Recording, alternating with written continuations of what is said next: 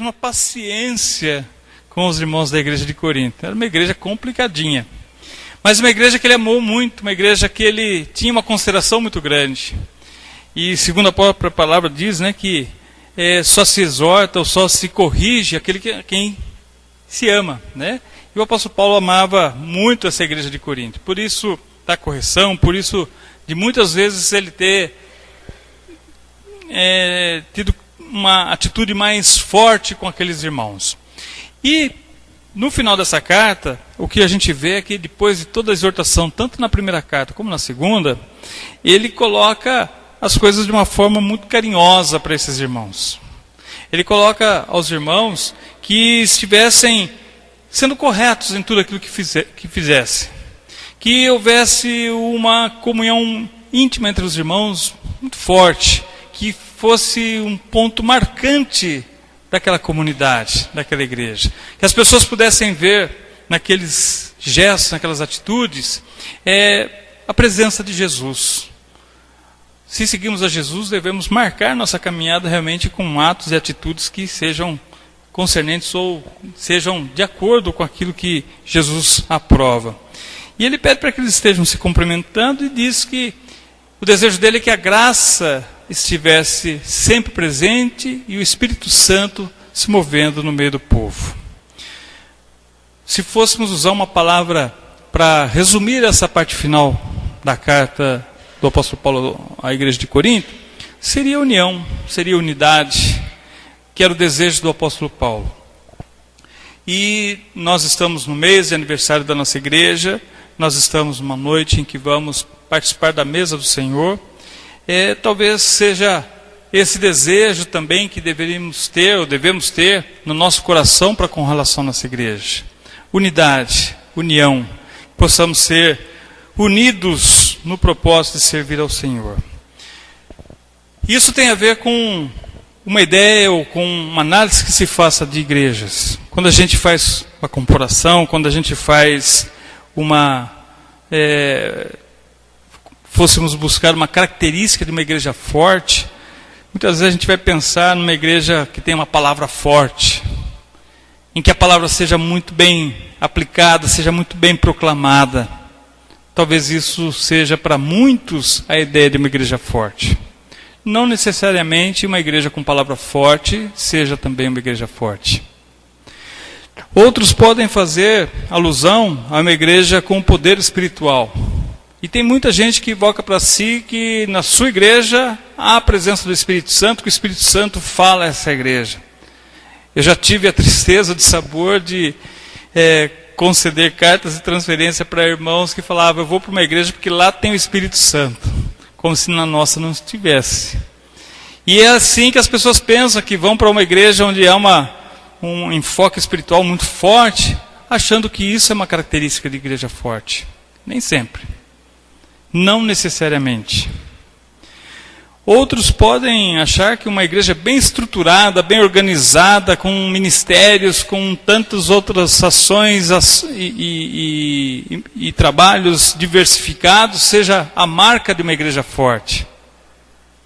Nem sempre, não necessariamente uma igreja com toda a organização, com todas as marcas de uma orientação, de uma distribuição, seja também a marca de uma igreja forte. A igreja forte, ela é sim caracterizada como aquela igreja que possui de uma forma muito verdadeira e profunda a comunhão do Espírito Santo. A igreja forte é a igreja que está marcada pelas atitudes em que o Espírito Santo permeia todas as ações e amarra e trabalha com todas aquelas questões, não deixando que ninguém fique triste ou fique magoado por alguma coisa que aconteça ali no seu meio. E nós vamos entender por quê. Por que o apóstolo Paulo está caracterizando essa igreja de Corinto para que se mantenha como uma igreja forte, com todos os seus problemas, com todas as suas dificuldades. E penso que isso deve ser uma característica que devemos trazer para nós também como igreja. Desafios, postura, atitudes que possam fortalecer a nossa comunhão, a nossa união como povo de Deus. A primeira característica que eu gostaria de destacar é que é uma característica de uma igreja forte, é aquela igreja que tem a vida compartilhada. Compartilhar a vida. estar comunicando como é que está se vivendo e para que todos possam saber. Vida aberta, compartilhar a vida do mesmo Cristo. A igreja de Corinto era uma igreja que tinha essa característica. E não deixou de ser chamada a sua atenção quando na mesa do Senhor, lá na primeira carta, no capítulo 11, quando o apóstolo Paulo chama a atenção daqueles irmãos porque eles não estavam respeitando a chegada dos outros para poder participar da mesa, era uma refeição. E eu já comentei isso com os irmãos, que o apóstolo Paulo ficou indignado com algumas atitudes de irmãos que não estavam levando em consideração o outro para poder participar da mesa.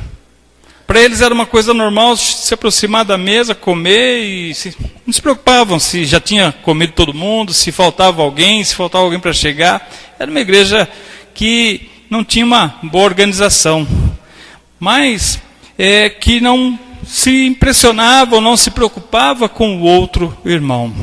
Vida compartilhada do mesmo modo da vida de Cristo, é ter mesmo a vida do tipo da vida de Cristo. E o apóstolo Paulo chama a atenção dessa igreja para que ela seja uma igreja unida como igreja composta de discípulos de Jesus. E o próprio apóstolo Paulo fala para os irmãos: imitem a mim como eu imito a Jesus Cristo. Sejam meus imitadores, assim como eu sou de Cristo. No sentido de que todos devem se espelhar um no outro. Muitas vezes a gente olha para um e fala: eu vou imitar aquele ali, eu vou imitar aquela ali. Que situação! Como é que eu vou ser imitador dessa ou daquela pessoa, ou daquele líder? Como é que eu vou ser um seguidor de Jesus, mirando na figura dessa pessoa?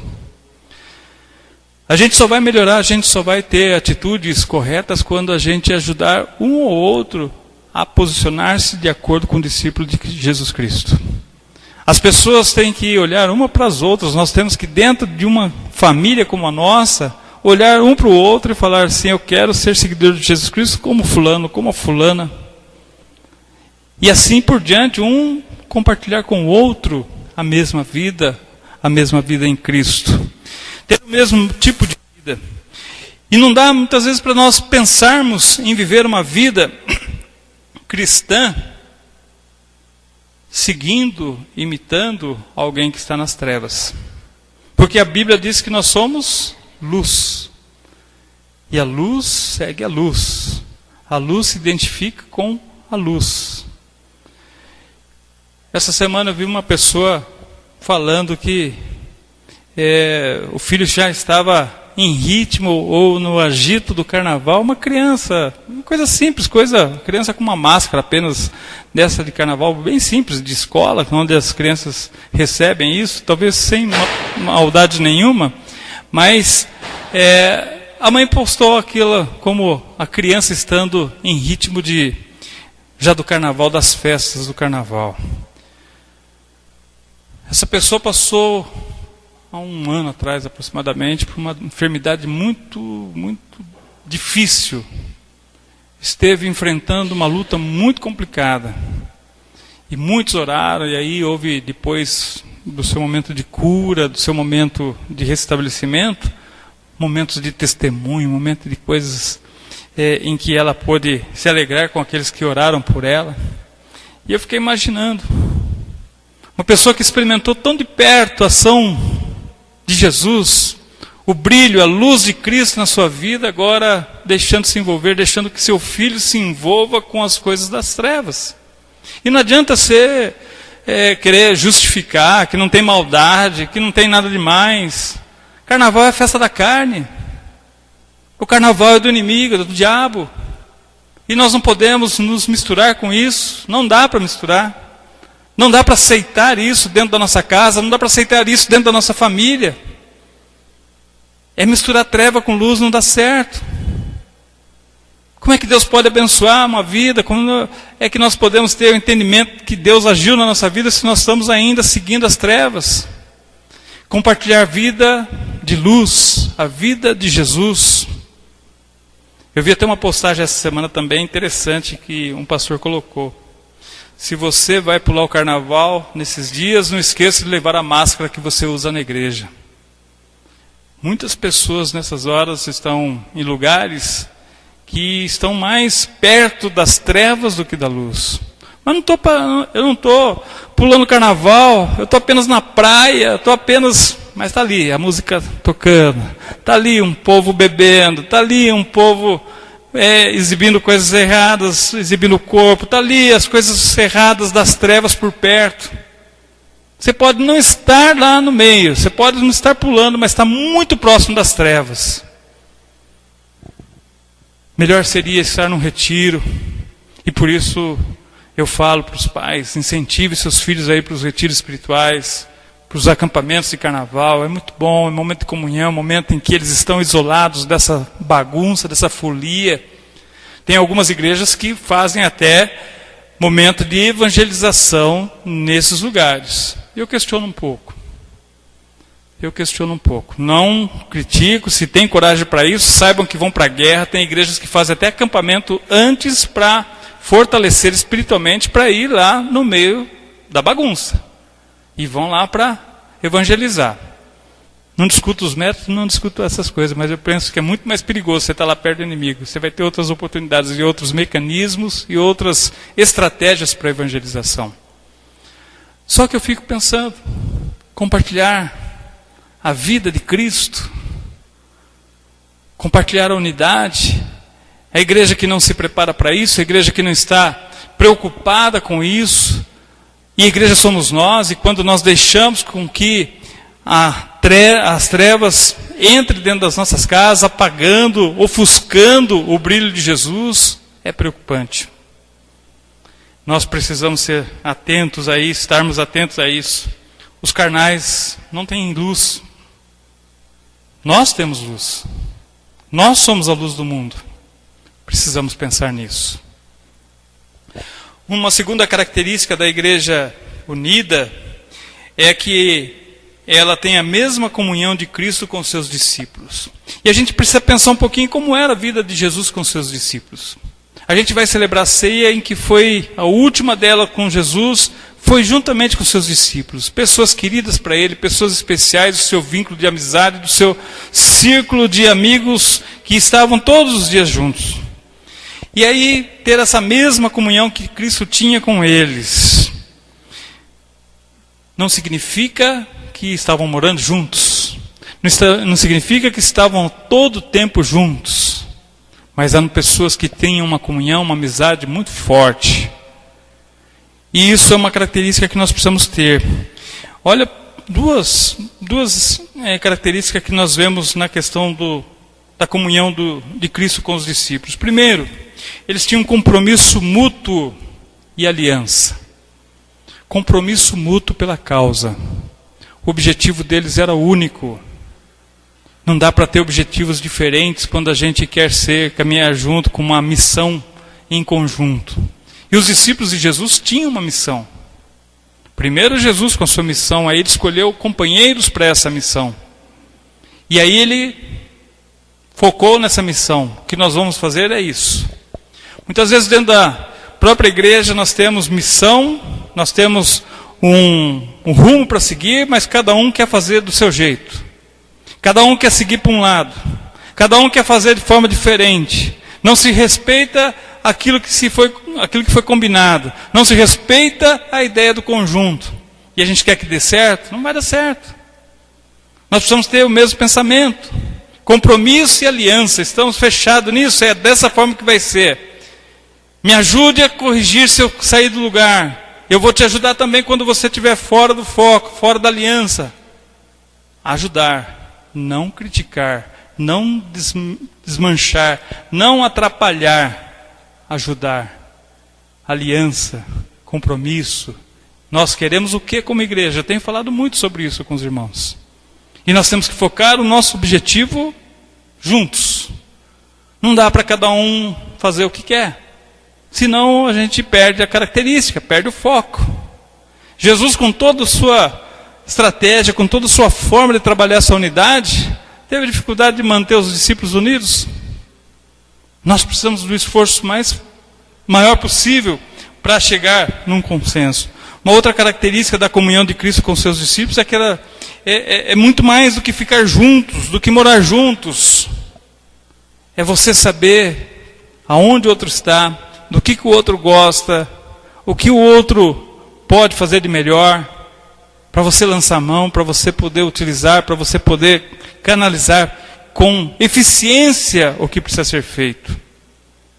Muitas vezes nós queremos desqualificar o que o outro tem de qualidade para poder reforçar o que a gente quer que aconteça. E não pode ser assim. Nós temos que ter unidade. Nós temos que ter pensamento focado no objetivo central para buscar o resultado, para sermos frutíferos, para que as coisas aconteçam. A terceira característica da igreja de Corinto, do que o apóstolo Paulo fala, é que era uma igreja com comunhão idêntica ou que foi trazida da igreja primitiva. E os irmãos lembram lá no segundo capítulo do livro de Atos, o relato de que aquela comunidade permanecia em comunhão. O segredo para que a igreja seja frutífera e agrade ao Senhor naquilo que faz é ter unidade. A igreja em que não há unidade, ela não prospera. A igreja em que não houver características de união, ela não consegue fazer o seu trabalho. Esses irmãos perseveravam na comunhão com 3 aspectos importantes para ser observado. Primeiro, unidade de pensamento e de propósito. Unidade de pensamento e de propósito. Eu posso ter um pensamento diferente, um pouco do irmão, mas na hora de reunir eu tenho que abrir mão, muitas vezes, de alguma coisa para que a ideia de todo o corpo prevaleça. Não posso ficar brigando, batendo no peito, que tem que ser desse jeito, eu sou contrário, se não for desse jeito, estou fora. A gente precisa estar focado. Unidade, união, unidade de pensamento, unidade de propósito. Qual é o propósito da nossa igreja? Qual é o propósito da nossa vida para essa igreja? A gente fala muito do propósito da igreja para o bairro, para a comunidade, mas e o meu propósito de vida para essa igreja? Qual é o meu propósito? O que eu tenho de desejo para que ela aconteça? Nós vamos trabalhar a partir do domingo que vem, já fica aqui um desafio, né, o convite. 40 dias de propósito, uma campanha, nós vamos ler o livro Uma Vida com Propósito a partir da segunda-feira que vem, não dessa segunda, não amanhã. Domingo que vem é o lançamento da campanha, depois nós começamos. Qual o propósito da minha vida? E esse livro do pastor Rick Warren, ele leva-nos a pensar em como tem sido a nossa vida diante de Deus e o que eu quero fazer a partir da leitura desse livro. E ele vai abordar cada dia um tema diferente. E mexe com a gente. E mexe muito com a gente. Vai levar a questionamentos. O que você quer fazer da sua vida? Deus tem um propósito para a nossa vida. Será que nós temos um propósito também de vida? Uma segunda característica da comunhão da igreja primitiva é que aquela igreja, ela tinha amor fraterno. O amor era muito forte, era o vínculo do relacionamento. O amor nos envolve, o amor nos aperfeiçoa, o amor faz com que tenhamos cuidado um pelo outro. Nós vivemos momentos, hoje tem algumas pessoas em casa, e na brincadeira lá, uma pessoa falou assim, na Bíblia está escrito que o amor de muitos se esfriará nos últimos dias. Acho que é o final do tempo, brincando com a pessoa por conta de uma provocação. Mas a gente não para pensar nessa situação. O amor está esfriando. As pessoas estão perdendo a característica de amar. As pessoas não amam mais como amavam e como deveriam amar. Nós somos frios nos nossos relacionamentos.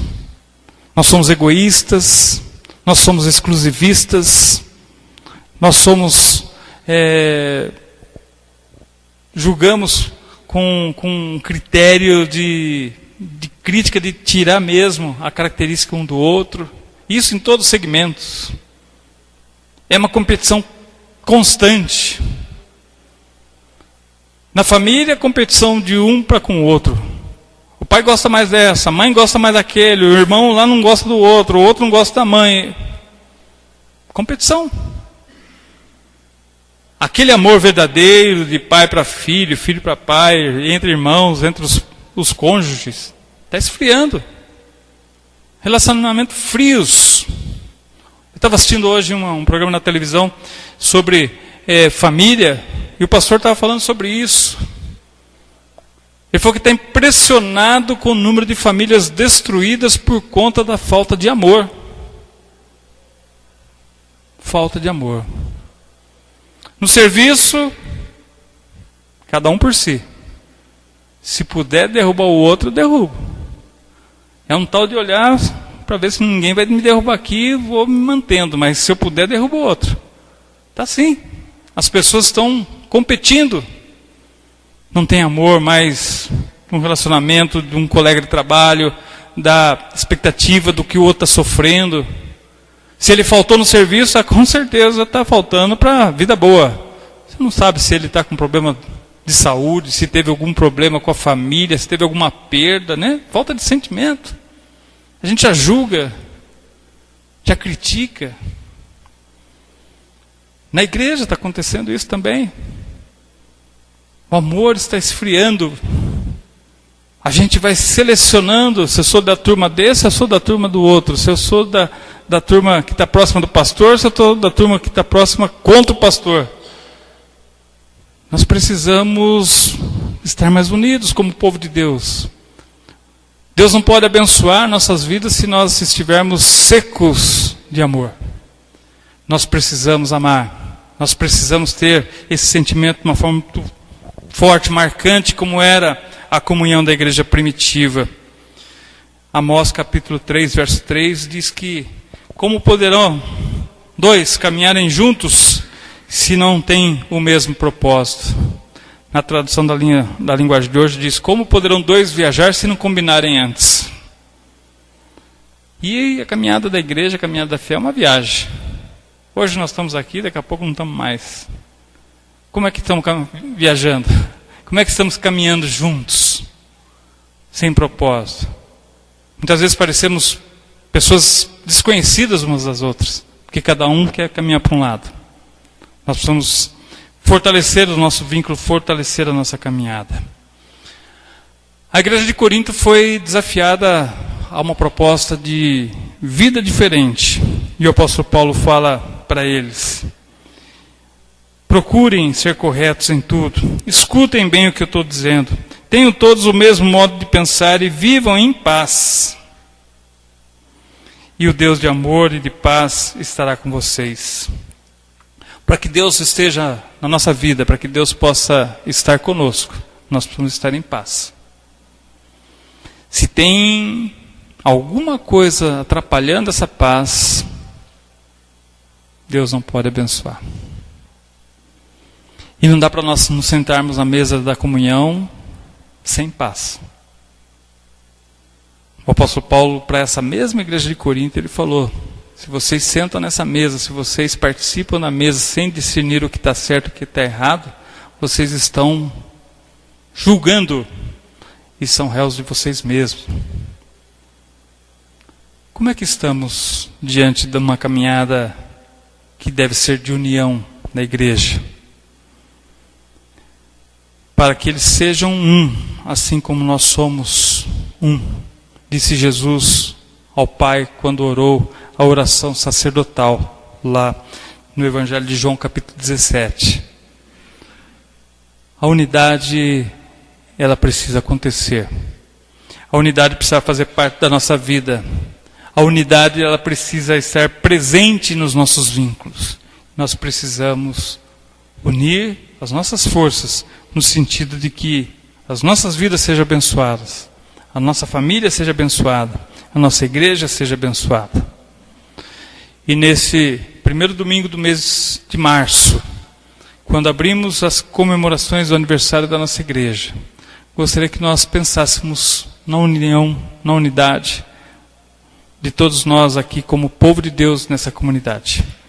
Que Deus nos abençoe, irmãos, que Deus nos leve a essa reflexão para pensarmos na importância daquilo que Deus quer fazer através das nossas vidas.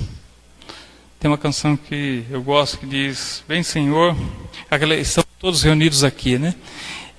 Na parte do refrão fala: vem Senhor, escrever a tua história através das nossas vidas. Que o Senhor Jesus esteja escrevendo a história da Igreja Presbiteriana Independente de Vila Nova Votorantim, através das nossas vidas que estamos aqui hoje. Que nós possamos ser a história do povo de Deus. Que Deus se orgulhe da história que estamos escrevendo.